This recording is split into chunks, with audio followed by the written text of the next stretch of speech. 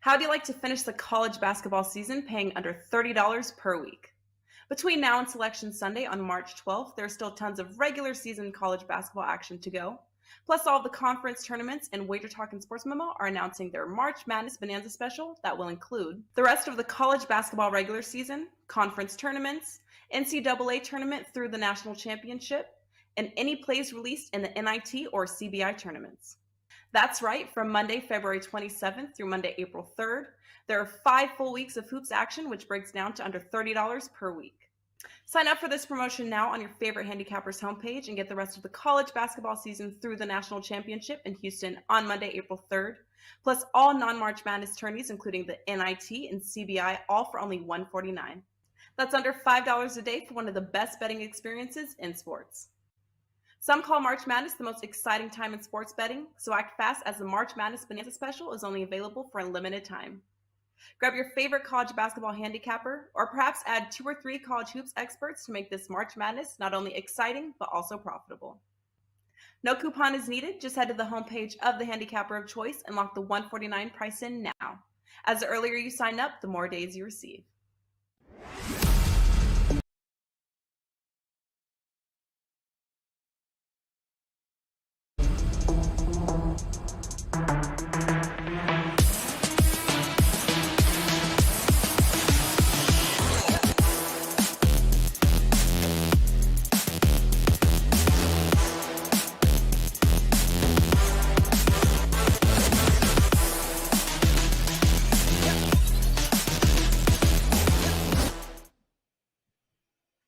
Welcome into the NBA Tip-Off Show here at WagerTalk TV. I'm Megan Payton. Alongside me, I have a cast of characters. The panel today, Skee Prophet, Jay Money, and Marco D'Angelo, here to break down this Wednesday slate of NBA action. It is officially March 1st. Basketball is getting hot. College basketball, March Madness just around the corner. We have 9 games on the slate to break down. If you're new to WagerTalk and if you're new to the NBA Tip-Off Show, it's very simple here. We've got a contrarian play of the day. We've got overtime. We're going to have a featured game. The panel will give their best bets and their dogs of the day. Before we get into our contrarian play, though, I want to go around the horn and hear what everyone has going on, either at Wager Talk or on their own site. So, Skee Prophet, start us out. How are you doing today? I'm doing all right. I'm coming off 4 straight profitable days, so I'm trying to make it a fifth here. And I do have a best bet up and available at wagertalk.com. It's a 4% play. And outside of that, today is a high volume day for me. So if you want to be involved with everything I have going, you can always get the all access pass. Great stuff. Marco, how are you? What do you have going on at wagertalk.com? Well, my feature play tonight is my 4% Big Ten game of the week. But knock on wood, Megan, we have just been crushing it. Since Thanksgiving, we're number 1 at Wager Talk in basketball. That's college and NBA, with a record of 100 wins and 55 losses, which is translated into a profit of over 12,000 playing just 100 per star. Right now, we've got that special at Wager Talk. You can pick up the rest of the college basketball season, get all of the March Madness games, 5 weeks of action for just $149. That's the way I would go. Head over to wagertalk.com right now. And for more NBA content, Jay Money always has great stuff over at his channel with NBA Talk with Jay Money. Jay, how are you? Explain to the audience what you do over on your YouTube channel. Yeah, everything is good with me, Megan. Glad to see you, Skee, Marco as well. But yeah, NBA Talk with Jay Money over on YouTube. I'm doing night shows. I do a show around 1 p.m. Eastern as well. And then sometimes I'll do a little game time show as well if I have the time, around 6:30 Eastern. So about 3 or 4 shows a day on my channel, just trying to give out a plethora of NBA picks, props, all of those good things. So go check it out on YouTube. Let's get some free picks going on for today's slate of NBA action. Let's start with our contrarian play of the day. What do the gods have in store for us? They like Hornets plus 10.5. The Suns go to Charlotte, tip off at 7:10 p.m. Eastern. Suns are a 10.5 point favorite, and the total's at 229 for the night. 2 storylines here. KD, Kevin Durant, will make his debut as a Phoenix Suns. We have not seen Durant play since before he was traded due to that MCL sprain. The Hornets prepare for life without LaMelo Ball, who fractured his right ankle in Monday's win against the Pistons. Jay Money, let's start with you. Are we overvaluing Kevin Durant in his first game back by laying 10.5 points with the Suns on the road? Well, we could be overvaluing them a tad. I do think the spread is a tad high, but you also have to throw in there LaMelo Ball is out. I mean, he changed the whole dynamic of this Charlotte Hornets team. He changed the pace as well. And I do think outside of maybe Gordon Hayward, I definitely think he's the most important player to their offense. So I think the Hornets offense will look a lot different tonight. Obviously, the Suns will as well. Somewhat weird about their depth. They won't have Terrence Ross off the bench in this one tonight. So this is one, especially with the hook as well. I'll have to agree with the contrarian play. I do feel like it's a tad too many points, but I would rather play in the Hornets and their team total under rather than taking the spread. Yeah, if you're looking for more reasons to back the gods here, KD is probably going to be on a minutes limit with his first game back. The Hornets are on a 5-game win streak. We forget to talk about that. And this is going to be a slower paced game without Ball. You are not going to have your leading scorer, your leading guy with assist rebounds. LaMelo Ball is a key factor to this Charlotte Hornets offense. Ski Profit, maybe we don't look at it just from a side perspective, but is the under the play here? 229 is the total right now. Yeah, I like the under. You talked about it. The Suns have been playing at the fifth slowest pace out of the break so far, and the way that the Hornets have been winning these games, it's been on the defensive end. So if I put those together and just a combination of what you and Jay have already said, they're going to play slower without LaMelo. The offense is going to suffer. They're also missing PJ Washington. I just think they went under the last four. They're 20-8 to the under at home, and Phoenix has been playing towards the under as well. I think that's what we'll see tonight. As far as the side for the contrarian, I think the Suns team, we haven't seen them all play together yet. You guys already mentioned Kevin Durant will be on a minutes limit, and I know we're going to miss LaMelo's offense. But like I said, the way they've been winning these games have been on the defensive end, the fifth best defensive rated team in that last 4-game span. So I think 10.5 points is a bit too much, and I also like the under. Yeah, there's no question that Durant's going to find his comfort zone with Devin Booker, with Chris Paul, but it takes time. It's day one. He missed 2 months with that MCL sprain. Suns below average in pace, only averaging about 111 points on the road. Marco, are the books too high on Phoenix tonight? I think so, Megan. And you said we've got a couple things in play here. Obviously, Phoenix is going to be overvalued because of Kevin Durant. This is a double-edged sword with Kevin Durant coming in tonight, because not only does he have to get acclimated to a new team, and everybody's got to understand what their new roles are. And sometimes what ends up happening with these teams is you don't see the offensive efficiency that you normally would see, or that I should say that we'll see in a couple weeks, because people don't know their roles, and you might end up seeing them pass up a shot that they might have normally taken to have that extra pass, because they don't want to step on anybody's toes or ruffle any feathers with the new star in the fold. So that's one reason I want to go against Phoenix. Then throw in the fact that he's missed a sizable amount of time with the injury. So you got the rust factor as well. And then flip it to the other side. Yes, Charlotte with the injury is going to be undervalued. We talk about it in all of the other pro sports, that when you got a key injury, that the books are going to overreact when they make the line, because they know the public wants to bet against the injured team. But I always say that first game off of an injury to a star, you're going to see the other team play at a different level to try to compensate for that. Add all of that up, that puts me on Charlotte at the inflated number tonight to keep this one closer than the public thinks. And we know the recreational gamblers out there, the public's going to want to bet on Kevin Durant in his first game as the Suns. 68% of the tickets right now on the Suns. I expect that to increase as we get closer to tip-off, which is at 7:10 p.m. Eastern. Let's move on to our featured game of the night. We're looking at the Cleveland Cavs at Boston Celtics. Tip-off at 7:40 p.m. Eastern. The Celtics are a 5-point favorite, and the total's low here, 218.5. These are the two top 5 teams in the East. We're seeing great performances from both of these teams, not as of late for the Boston Celtics, though. The Celtics and Cavs, though, are fully healthy. Boston gets Jaylen Brown back after he missed Monday's game against the Knicks, and the Celtics are coming off an embarrassing loss lost to the Knicks, putting up just 94 points, shooting 21% beyond the arc. Cavs get a win Sunday night against the Raptors and held Toronto to just 93 points. Skee, I'll come to you first. Any leans in this one out at TD Garden? Well, I think I agree with the movement down on the total, just because after this is the way that I think. After All-Star break, when you see two top dogs like this play, especially when it's in the same conference, they want to let the other team know, like, we can compete. It's going to be more of a playoff type atmosphere. So I put that into the database. Teams with a win percentage of 60% or more after the All-Star break, as long as the total is higher than 216, they're a little bit above 61% to the under the last 10 years. So I like under the 219.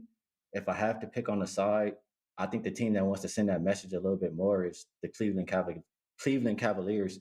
And I don't feel very strong about it. I don't want to talk too much, but the under is what's in my pocket. Now, this could be a double revenge spot for the Celtics. Boston lost 2 overtime games against the Cavs this season. These two teams play really competitive. They've got 2 top 5 defensive ratings in the NBA, which is a lean towards the under here. The last 7 games between these two, Cleveland 5-2 straight up and against the spread. Marco, do you buy into the revenge spot here for the Celtics? Absolutely not. And the reason being is Boston, although, as you said, they were 2 close games and you think they would want to get them, a couple things in play. First off, one of the angles that I like, they're returning home off of 3-game road trip. I don't like teams that first game back at home. But to address the revenge part of this, Boston is 0-10 against the spread this year when playing with in-season revenge this year. 0-10 against the spread. No, I'm not buying it. I'm taking Cleveland. They came out of the break. The first 2 games were ugly for them. They got the ship righted last time out against Toronto. No big deal because this Toronto team's been up and down all year. But I like the way they're playing defense, and I'm going to go ahead, take the points with Cleveland. I think this will be another tightly contested ball game. You give me those points with Cleveland, I'll take them tonight against Boston. Marco, let me push back just for a minute. Play devil's advocate here. The Celtics do have the advantage from beyond the arc. Boston offense ranks 2nd in the NBA in 3-point attempt rate, and the Celtics averaging nearly 16 3-pointers per game. Jay, your thoughts on this? Do you expect a big game from a healthy Boston team tonight on their home court? Well, I have to agree with Marco on this one. He hit the nail on the head. This team has not been great in revenge spots, and you kind of have to adapt and adjust because over the past 5 years, I've made a bunch of money taking revenge spots, especially in season with the NBA, especially double revenge spots like that. But over the past couple of years, especially this year, it just hadn't really been the same. It feels like these players they're not as motivated from night to night. And sometimes on the other end of the spectrum, you just have a team that sometimes they can just match up really well against you, and that's what I think the Cavs do here versus the Celtics. This is the Celtics here, the best team, one of the best teams in the NBA, a very public team as well. Line open up at 6.5 down to 5. I agree with the money move here. I'd be looking towards taking the Cavs plus the 5. I think they match up perfectly with this Celtics team. 2 of the best teams in the East tip off tonight, 7:40 p.m. Eastern. Celtics right now 5-point favorites. A low total in this one and a low total in our overtime game. So let's see what our overtime game of the night is. We are looking at the Philadelphia Sixers at the Miami Heat. Tip-off at 8:30 p.m. Eastern. Heat's a 1.5-point favorite. This has gone back and forth, pretty much a pick-em game at this point. The total's at 215. This is a rematch. The teams played on Monday. The Sixers were 5.5-point favorites, but Miami won in a very sloppy game, 101-99. The under hit in that one. It was set at 217 Monday. Marco, Jimmy Butler got the best of them last game and in the playoffs last year. How is he going to impact the total, which currently sits at 215? Well, Megan, you look at these 2 teams, and especially Miami, they're struggling offensively. Miami in the last 4 games has not topped 103. So I don't want any part of the over in this one. They've shot last 3 games 39%, 40%, 43% from the field.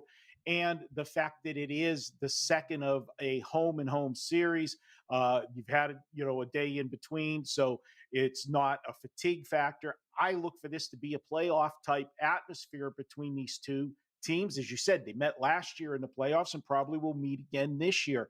I'm going to take the under, give you a little stat here with this one.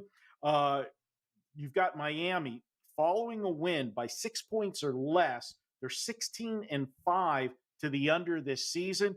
And if you take that to 3 points or less, it goes to 11-1 to the under. No way I can go with the over. And I know in the NBA, the way these teams can put points up, it's always tough to watch when you've got an under ticket in your pocket, but that's the only way I can go. The under is the trend here. Under is 4-1-1 in the Sixers' last 6 overall. For the Heat, the under is 4-0 in their last 4 home games against a team with a winning record. Jay, will we see another under hit from 2 teams that are top 10 in defensive rating in the league? Unfortunately, man, I had to wait for the injury report on this one. I think Embiid can really shift this game one way or another. If he's in there, I'd look towards the Sixers and maybe the under. But when we've seen time and time again, when Embiid is out, obviously you don't have that paint protection, and the team plays a lot faster as well. I feel like they really slow up with Embiid out there. So sounds crazy, but if Embiid is out, I'd actually lean towards the over in this one. This is kind of one, me personally, that I have to wait to bet. I don't like how they do the injury report stuff, man, manipulation. I mean, they just had a day off. It's not a back-to-back or anything of that. Now it's questionable with foot soreness, man. And you just lost to this team as well. So I don't respect it, man. But if Embiid is in, I agree with the guys that this one goes under. But if he's out, I'd have to go contrarian and go with the over in this one. The Heat hadn't necessarily been playing the best defense as well. They came out and played some defense in the last game, but I'm not so sure that they can string together back-to-back performances like that. So if Embiid is out, wait for the total to go down even more and then take the over, in my opinion. These injury reports are killing us. How about Anthony Davis, by the way, with his injury? I mean, don't even get me started on what they're doing to the betting world right here. Skee Profit, let's go back to this one. The under is also 5-1 in these last 6 meetings between the 2 teams. Last 2 in Miami, 4-1. The last 5 overall has also been the under. Any leans on this one? Yeah, I agree with a lot of what you guys are saying, especially with the injury report. It's getting really annoying to have to deal with it. But Marco, you can extend. I mean, you don't even have to look at the last 3 games. Miami's offense has been terrible, even further than that. Last 7, they're still averaging under 103 points per game. And to what Megan just said, 4 of the last 5 meetings have went under. Those games not even averaging 200 points there. You look at how Philly's been playing lately. 8 of their last 12 games have gone under. 7 of the last 9 in conference have gone under, and their 3 games post All-Star break have all gone under, averaging closer to 210 points per game. You also mentioned something earlier, Megan, mentioning how these teams just played. The total was 217.5, and that one was more around 200 points. Something I like to do when these teams play in a short time frame, and when I say that, it's within a week. The first meeting went under, and the bookmakers adjust the second one down, which they did here to 215.5. They're telling you they expect it to be a lower scoring game. It's hit 61.7% of the time going back to 2013. So I like that. If you want to look at something specifically for this season, you can look at road teams on the front end of a back-to-back in a conference game. After the the last meeting this season went under, they are 28-1, 71.4% to the under. So a lot of things just lining up there. This is a Sixers team who's playing at the 4th slowest pace post All-Star and going up against a team who's 2nd worst offensive rated team in the same span. So under, no overtime here. Live odds always available at WagerTalk.com. 63% of the tickets on the under, 54% of the money on the over, though. Let's get into our dogs of the day. Who is barking as we look at today's dogs? That's my dog. That's my dog. That's my dog. That's my dog. And anybody got to say anything, you let me know. That's my dog. Detroit, Charlotte, Brooklyn, Cleveland, Philadelphia, Houston, LA Lakers, Orlando, and New Orleans are our dogs of the day. Marco, who is barking at you tonight? I'm going to take one of the ugliest dogs out there, and I'm going to go with your Orlando Magic. I'm going to step in front of the 15-game winning streak of Milwaukee. Do I think they're going to win this game outright? No, but I just don't see Milwaukee showing up full intensity. They're coming off of playing in their last 3 games, Miami, Phoenix, and Brooklyn. Now they're playing a Wednesday night game in Milwaukee against the Orlando team that, 10 games under 500. You're not going to get excited about them. And they got Philadelphia on deck next. This is just a great scheduling spot for Orlando, who is going to bring their A game, playing one of the best, if not the best team in the NBA, Milwaukee. I'll take the points in the Orlando Magic to keep this one close. Jay Money, we already spoke on this game a bit, but I know that you're looking at a dog tonight, maybe the one out in Boston. Yeah.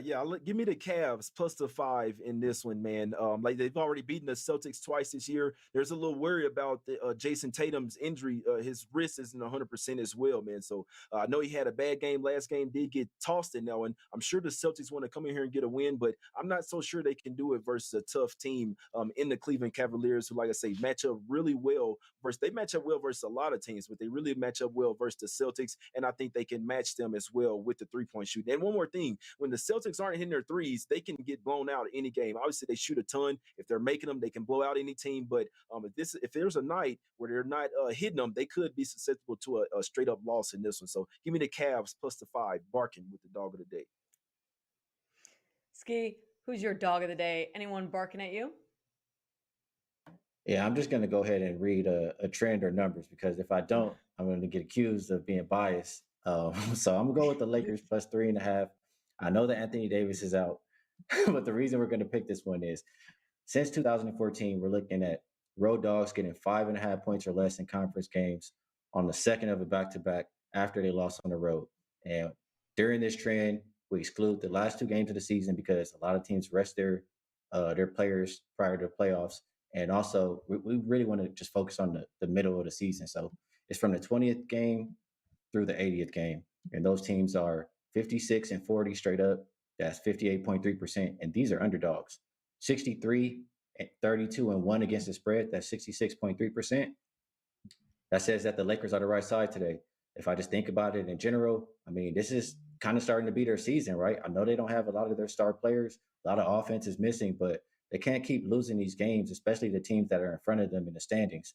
So if you think that the Lakers have given up, don't bet them tonight. If you think that they're still holding on and, they're still fighting for something, they're the right side. And that's the side I'm going with, Lakers plus 3.5.